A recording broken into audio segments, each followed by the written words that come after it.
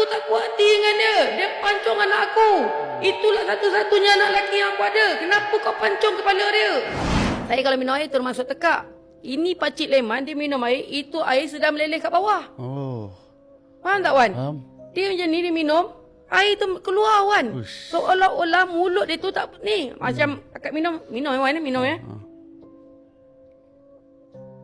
Lalu tuan-tuan, Pakcik Leman keluar kat sini. Jadi, elok je air tu keluar, dia terkulai, Wan. Uish. Dekat atas tangga tu, jatuh. Masa tu akak menjerit, bapak, akak panggil. Bapak, Cik Leman jatuh, bapak. Pasal peristiwa ni berlaku depan mata kita. Masa tu tahun 85, saya tingkatan 3, tuan-tuan. Makna saya dah berakal dah. Tingkatan 3. Bapak panggil kan. Cik Leman jatuh. Pasal kita, rumah kita sebelah-sebelah je, Wan. Orang kata jarak tak sampai 10 kaki. Saya boleh nampak Cik Leman tu jatuh kat tangga. Ini dua-dua sudah 60-an lah, senang cerita. Jadi jatuh. Telefon, orang kata apa, telefon anak-anak lambat balik. Minta jiran terdekat. Masuk ke dalam kereta, hantar ke PPUM. Masa tu bukan PPUM, kita panggil Hospital University. Pasal itu hospital paling dekat dengan rumah kami. Jadi doktor sahkan apa, tuan-tuan? Jiran saya ni, Cik Leman ni, rupanya kata doktor, darah tinggi dia naik, Wan, 220. Bawah tu 110. Kata doktor. Jadi bila darah naik tu, takut dia kena stroke. Dia kena macam dia kena block lah. Takut orang kata berlakunya, orang kata apa, pendarahan dalam otak. Kalau stroke ni, kalau darah tinggi kita terlalu tinggi sampai 200 lebih tu. 220, 230. Pasal dia penat tadi kan, dia terbang pisang kan.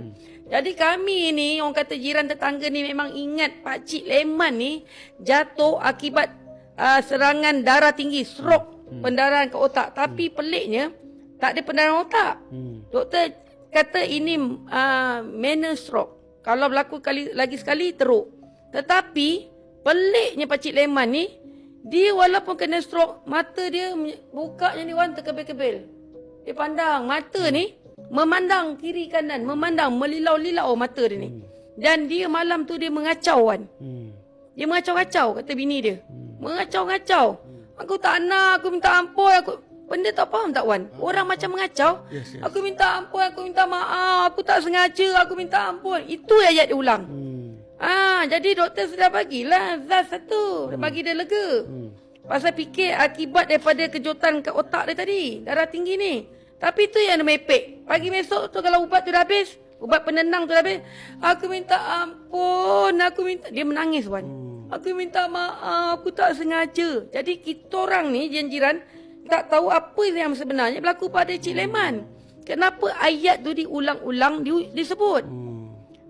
Jadi doktor punya ni memang itu. Yalah doktor cakap kan darah tinggi tengah. Walaupun darah tu dah cantik turun, dah bagi makan ubat apa semua, dah zaz apa masuk, antibiotik ke apa, dah cantik lah. Orang kata 120, 80, 70. Tapi meracau dia tu tak berhenti. Tak berhenti, Wan. Aku minta ampun, aku minta maaf, tolonglah, janganlah buat macam ni.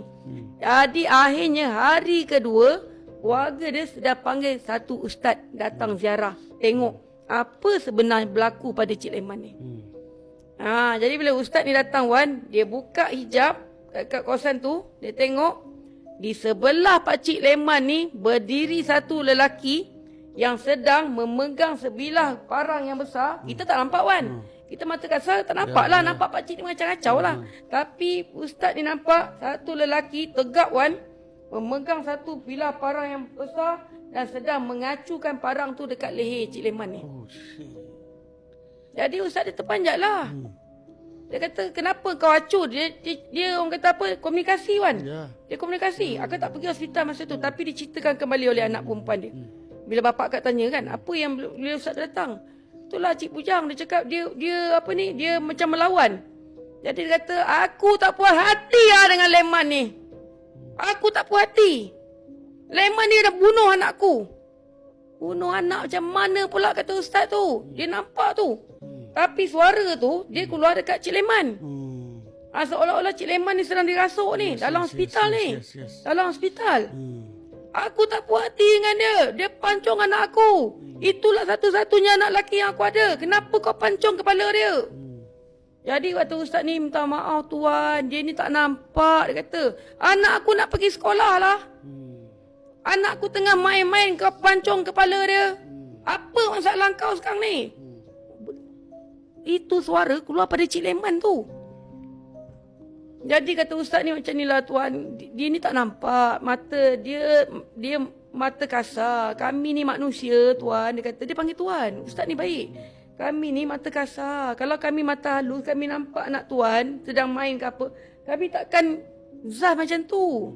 Rupanya Wan, dalam keadaan dia huru hara mencatas tandan pisang tu, dia tak sangka di kawasan tu adalah kawasan perkampungan hunian. Oh ya. Dan masih ada lagi tuan-tuan dekat situ. Masih ada, cuma dah dipindahkan. Sebab tu je. Yes. Dia tak nampak. Macam kita Wan, kita nak kejar masa. Budak tengah main dan itulah satu-satu anak lelaki. Jadi kata bapak ni tadi, nyawa harus dibayar dengan nyawa. Kata ustaz tu, janganlah macam tu. Kami ni manusia kasar. Pandangan kami kasar. Kalau pandangan kami halus, Allah Ta'ala buka benda halus, takkan kami usik anak tuan. Macam ni lah. Saya gantikan nyawa ni dengan 3 ekor kambing hitam. Boleh tak kami gantikan dengan 3 ekor kambing hitam? Tak nak. Nyawa balas nyawa. Macam mana kau penggal anak aku, macam tu aku akan penggal kau. Tadi ustaz tu naikkan lagi dia punya, orang kata apa, tebusan tu. Saya bagi 5 ekor kambing. 5 ekor kambing hitam, 5 ekor ayam jantan berwarna hitam. Zaman dulu Wan, dia macam tu Wan. Dia negotiate dia semua pakai hitam tau. Kenapa kena warna hitam? Akak pun tak tahulah, zaman dulu memang macam tu lah. Pasal hitam ni tuan-tuan, mungkin bukan. Dia melambangkan benda yang spirit. 5 ekor kambing hitam, 5 ekor ayam jantan berwarna hitam. Dia ni, bapak dia kata tak nak. Nyawa tetap dibalas dengan nyawa. Kenapa kau tetap zas anak aku? Pendek cerita Wan, oleh kerana tak dapat kita nak orang kata urusan tu gagal Wan, hari ketiga Pakcik Leman meninggal dunia. Allahu Akbar, meninggal. Meninggal. Dan dalam keadaan meninggal tu, yang ganjil sikit lah. Kalau kita kata meninggal kat hospital ni selalu meninggal biasalah. Meninggal dah satu dalam keadaan terperanjat. Nombor 2, lidah ada sikit keluar tuan-tuan. Oh ya Allah, sebab tu je. Contoh macam tu lah Wan. Meninggal betul. Meninggal betul Wan. Ustaz tak boleh buat apa. Dah try orang kata nak nego benda tu. 5 nak ekor try. kambing hitam, 5 ekor ayam. 5 kambing, 5 ayam tuan-tuan. Gila, betul jahat. Dan itulah saya buka satu cerita lagi Wan yang lego. Kira bunyian ni, orang bunyian boleh bunuh tu. Dia bunuh cara dia lah Wan. Kita tak nampak pasal kita tu. Kita ni Wan, manusia ni, hijab kita hijab kasar. Pandangan kita kasar Wan. Kalau kita pandangan halus kan Wan, dekat Wan sekarang berapa ramai ni? Berapa ramai yang ada sekarang ni?